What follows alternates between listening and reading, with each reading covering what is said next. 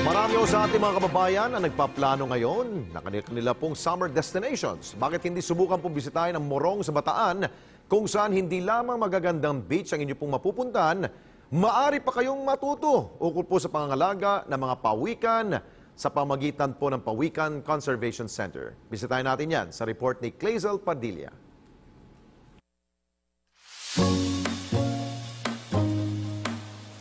Summer destination ka na ba o naghahanap pa lang ng lugar na malinis, maganda at mura?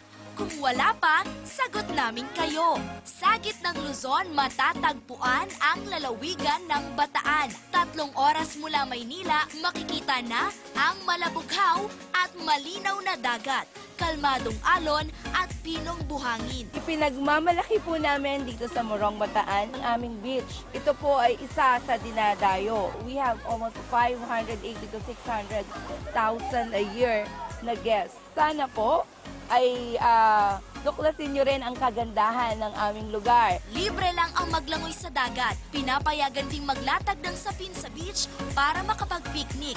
Pero kung may extra budget ka, pwedeng mag-book sa hotel. Kagabi pa kami dito. Enjoy, masaya. Mag-improve yung relationship nyo dahil dito sa lugar na to. Isa pang pasyalan ay ang Pawikan Conservation Center. Dito kinokolekta ang mga itlog ng pawikan, muling ibinabaon sa buhangin at pinapalibutan ng harang para hindi mapinsala at makuha ng iba. At pag napisa, pinapakawalan na. Tuwing Setyembre hanggang Pebrero lang ang hatching season ng pawikan. Kaya maswerte ang aming team na masaktuhan ang kanilang pagbabalik sa kalikasan. Ang goal ng Pawikan Center nung i-organize ito ay parang protektahan yung mga pawikan. Bukod sa masaganang kalikasan, mayaman din ang Morong sa kasaysayan.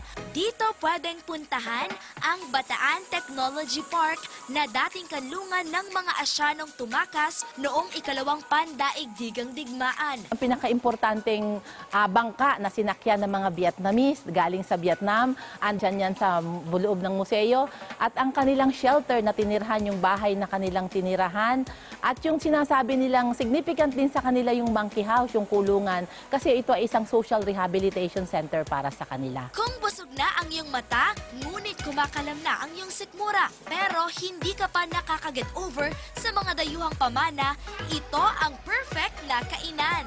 1980s nang bumuhos ang mga Vietnamese refugees dito sa Morong, Bataan at ang kanilang iniwan, espesyal na lutong Hue Thieu na hanggang ngayon ay pwede nyo pa ring tikman. Pinaghalong tamis, alat at anghang ang lasa ng Hue Thieu. Pwedeng pang-agahan at panghapunan. Pero kung dessert ang pag-uusapan, kaliwat kanan, makabibili ng makapuno at sweet buko. Pampasalubong naman ang kiwi yogurt ice cream na ito na dito lang daw matitikman.